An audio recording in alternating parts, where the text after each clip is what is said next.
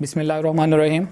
Students, आज की video में मैं आपसे बैंक रिकॉन्सिलिएशन स्टेटमेंट का क्वेश्चन नंबर 10 डिस्कस करने जा रहा हूँ। तो चलिए शुरू करते हैं। मेरे पास है जी पेज नंबर 262 और यहाँ पर है क्वेश्चन नंबर 10 सोहेल अफजल की बुक का। तो देखिएगा, लिखा हुआ है जी क्वेश्चन की स्टार्टिंग में, according to the cash book of Sarfaraz limited. यहाँ पर ये मैंने बैलेंसेस लिखे हैं, ये आपको याद होने चाहिए, रूल्स कैश बुक और पासबुक के, और इसकी मैंने बेस बताई हुई है। बेस आपने अगर देखनी हो ना तो सेपरेट एक पूरी वीडियो है जिसमें समझाया हुआ मैंने कि BRS होती क्या है, क्यों बनाते हैं, डिफरेंस क्या निकलते हैं, और कैश बुक के और पासबुक के जो रूल्स हैं, ये हम डेबिट और क्रेडिट इनको क्यों करते हैं, इनकी इंक्रीज डिक्रीज और नॉर्मल बैलेंस क्या होता है, ये सारी चीज़ें मैंने आपको बताई हैं। तो अगर कोई फर्स्ट वीडियो देखने लगा इस चैप्टर की तो और उसको आइडिया नहीं है BRS का, तो उसे चाहिए कि वो बेसिक की वीडियो पहले देखे और फिर इन क्वेश्चन की वीडियोज़ को के ऊपर जो है वो आए। तो देखिएगा क्वेश्चन नंबर 10 की जो स्टेटमेंट है, इसमें लिखा हुआ जी, according to the cash book of Sarfaraz limited company has a balance at the bank ₹3800 on 31 March 2015। कहता according to the cash book. अब यहाँ पर क्वेश्चन की स्टेटमेंट स्टार्ट कहाँ से हो रही है? कैश बुक के मुताबिक, ठीक है। तो इसका मतलब है ये जो क्वेश्चन में बैलेंस दिया हुआ ना फर्स्ट लाइन में, ये कैश बुक का बैलेंस दिया हुआ, और आपको बताया था कि क्वेश्चन में एक बुक का बैलेंस दिया होगा, दूसरी बुक का बैलेंस हमें निकालना है। तो दिया हुआ जी, बट लेकिन क्या कह रहा है, but this did not agree with the bank statement on the same date.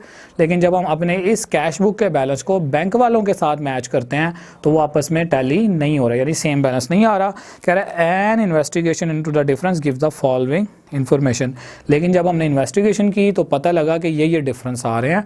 तो ये डिफरेंसेस आप देखेंगे यहाँ पर इस क्वेश्चन में, और उसके बाद आप फिर पासबुक का बैलेंस बताएंगे। और क्वेश्चन की रिक्वायरमेंट देखें, लास्ट में बोल्ड लेटर्स में लिखी हुई है, prepare a bank reconciliation statement as on 31 March 2015। तो देखिएगा जी, पॉइंट नंबर 1 हम यहाँ पर अब स्टार्ट करने लगे हैं। कंपनी का जो नेम है, आपने सबसे पहले ऊपर हेडिंग्स देनी होती हैं, सरफराज लिमिटेड। तो यहाँ पर मैं पहले कंपनी का नेम लिख दूंगा, उसके बाद जो स्टेटमेंट हमसे पूछी गई है उसका हम नेम मेंशन करेंगे, which is bank reconciliation statement. और नंबर 3 पर हमें ये किस मंथ की बनानी है? मार्च की। तो क्वेश्चन में यहाँ पर मैं लिखूँगा as on 31 of March 2015। 3 columns draw करने हैं, एक अमाउंट का, डेबिट या क्रेडिट का, ठीक है जी, and the number 3 is for details.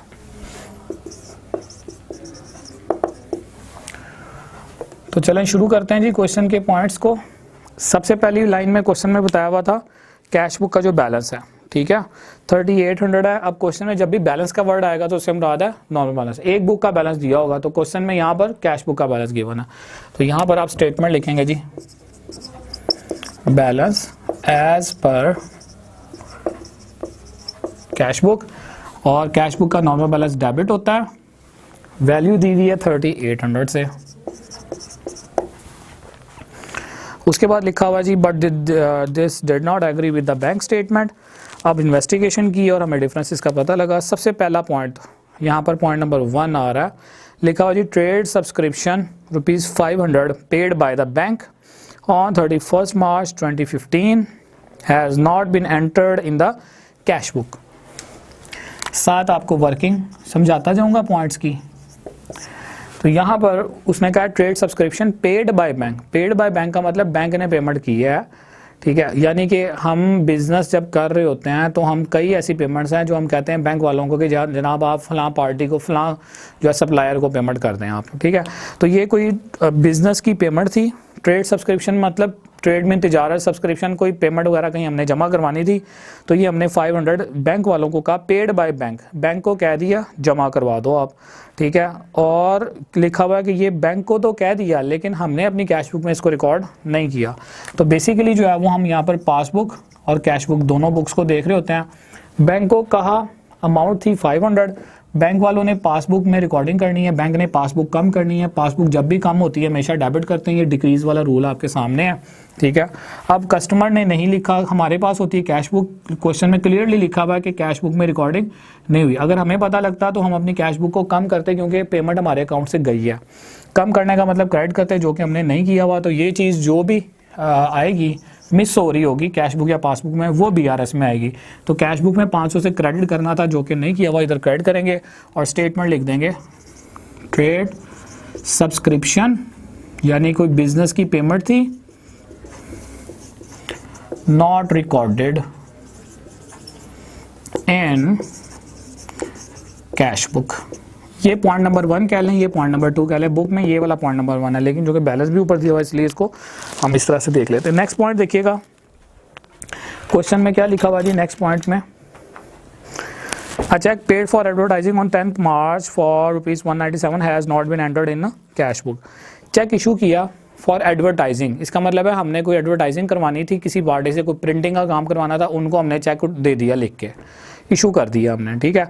अब वो पार्टी क्या करेगी, जिसको मैंने चेक दिया वो जाएगी बैंक में और बैंक से पैसे निकलवा लेगी, ठीक है। लेकिन क्या कह रहा है, चेक इशू किया has not been entered in the cash book, आपने कैश बुक में इसको लिखा ही नहीं है।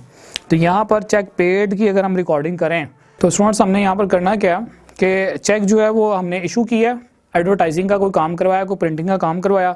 अब जब मैं चेक इशू करूंगा तो अपनी कैश बुक को कम करूंगा।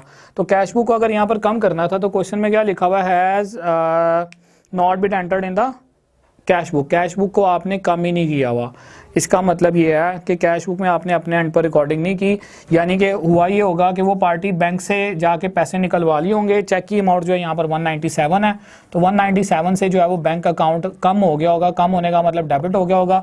हमें अपने एंड पर जो है रिकॉर्डिंग करनी थी, हमें 197 से अपनी कैश बुक को कम करना था, क्योंकि चेक हमने इशू किया लेकिन हमने इसकी रिकॉर्डिंग नहीं की हुई। तो आपने करना क्या, फिर यहाँ पर 197 से डेबिट करना है अमाउंट को और यहाँ पर स्टेटमेंट लिख देनी है, check issued but not recorded in cash book. अपनी बुक में ही हमने इसको रिकॉर्ड नहीं किया, तो अपनी बुक में अगर हमने चेक को कम करना शो करना हो तो हम उसको क्रेडिट करेंगे ना, as per rule. Cash book जब भी कम होती है क्रेडिट होती है, तो एक क्रेडिट हमने यहाँ पर नहीं किया हुआ था, यानी कि सॉरी कैश बुक को क्रेडिट करना था, जो कि हमने नहीं किया हुआ था। तो इधर आप फिर यहाँ पर सॉरी कैश बुक को क्रेडिट करोगे, ठीक हो गया, क्योंकि बैंक ने डेबिट करना है, हमने उसको क्रेडिट करना है। वेरी सॉरी फॉर दैट, ये छोटा सा एक इशू आ गया था। नेक्स्ट पॉइंट देखिएगा, लिखा हुआ जी क्वेश्चन के अंदर कि आपने चेक को 1100 रुपये का चेक था, सेंड टू क्रेडिटर, क्रेडिटर्स को दिया, ठीक है, और 30 मार्च को दिया, were not paid by the bank until 5 अप्रैल, 5 अप्रैल तक ये इस चेक के जो है वो पेमेंट नहीं हुई। तो चेक आपने इशू किया था, सेंड टू क्रेडिटर, क्रेडिटर किसको कहते हैं, जिनको आपने पैसे देने होते हैं। तो चेक आपने इशू किया कितने का, 1100 का। इशू करते साथ ही आपने अपनी कैश बुक को कम कर लिया, कैश बुक जब भी डिक्रीज होती है हमेशा क्रेडिट होती है, तो आपने कम कर लिया। अब पासबुक को भी असूलन कम होना चाहिए, यानी कि 1100 रुपये से पासबुक को डेबिट होना चाहिए, ठीक है जी, यानी पासबुक की डिक्रीज जो है वो डेबिट होती है। लेकिन क्या यहाँ पर स्टेटमेंट में लिखा हुआ, were not paid by the bank until 5 मार्च, यानी कि ये अगले महीने की 5 तारीख तक भी ये चेक बैंक में नहीं आया था। जिन क्रेडिटर्स को हमने चेक दिया था वो 5 मार्च तक भी, 5 अप्रैल तक भी ये चेक बैंक में नहीं लेकर गए। इसका मतलब है कि अगले महीने तक, हम तो ये बेसिकली यहाँ पर किस मंथ की रिकॉर्डिंग कर रहे हैं, मार्च के मंथ की। तो मार्च के मंथ में अगर हम देखें तो बैंक वालों ने इस चेक को कैश नहीं किया, क्योंकि चेक पहुंचा ही नहीं है बैंक में, प्रेजेंट ही नहीं हुआ। 5 अप्रैल तक प्रेजेंट नहीं हुआ, तो इसका मतलब है मार्च के महीने में तो ये बिल्कुल भी चेक नहीं आया, यानी कि हमने जिनको चेक दिया था वो ये चेक नहीं लेकर गए बैंक में।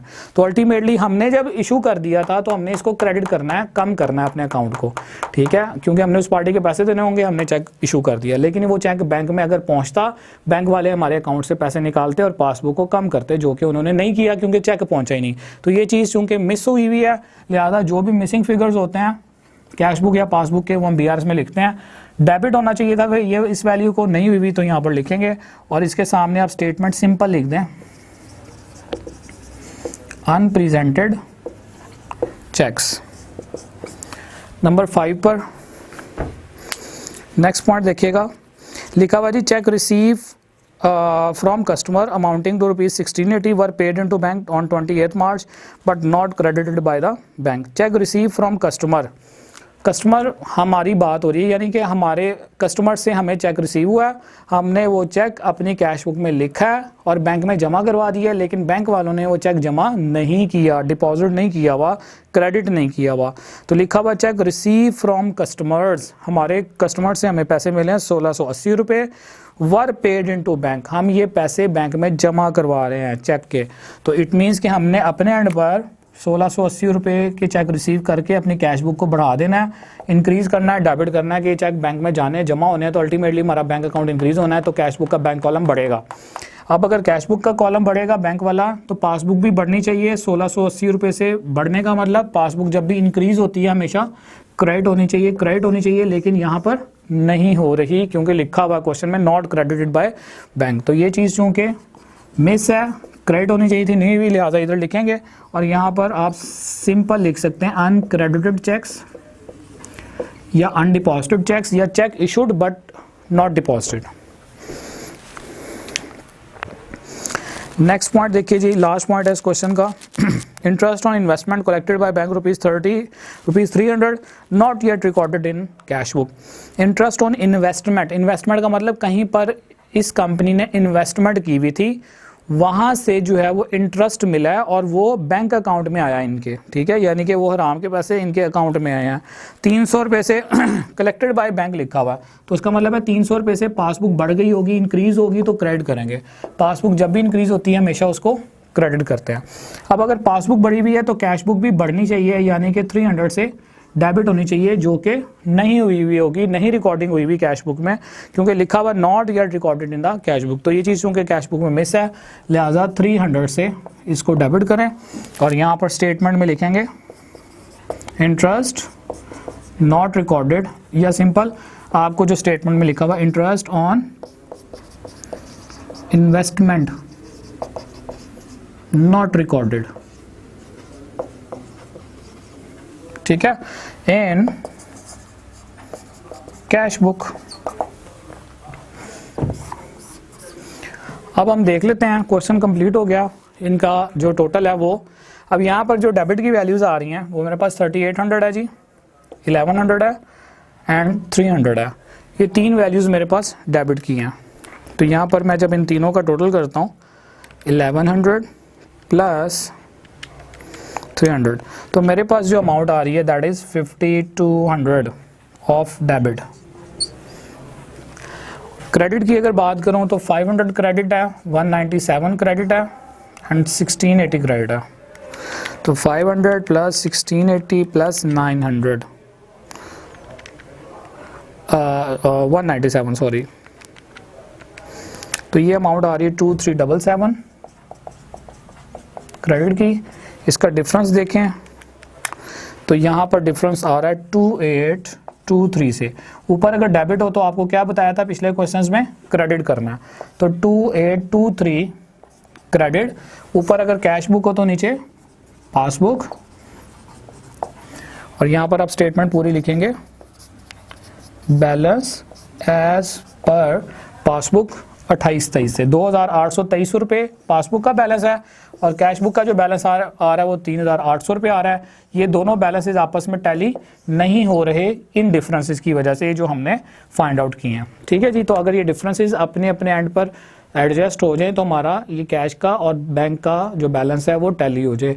ये चीज़ हमने यहाँ पर नहीं करनी होती, वो आगे एडवांस लेवल पे है। फिलहाल हमारे क्वेश्चन में सिर्फ इतना ही था कि रिकॉन्सिलिएशन स्टेटमेंट बनाएं और पासबुक का बैलेंस निकालें, जो कि हमने कर दिया है। तो ये था स्टूडेंट्स हमारा क्वेश्चन नंबर 10। इंशाल्लाह नेक्स्ट वीडियो में मैं आपसे जो हमारा अगला क्वेश्चन है एक्सरसाइज का क्वेश्चन 11 वो डिस्कस करूँगा। तब तक के लिए आप मुझे इजाज़त दें जी, अल्लाह हाफिज़।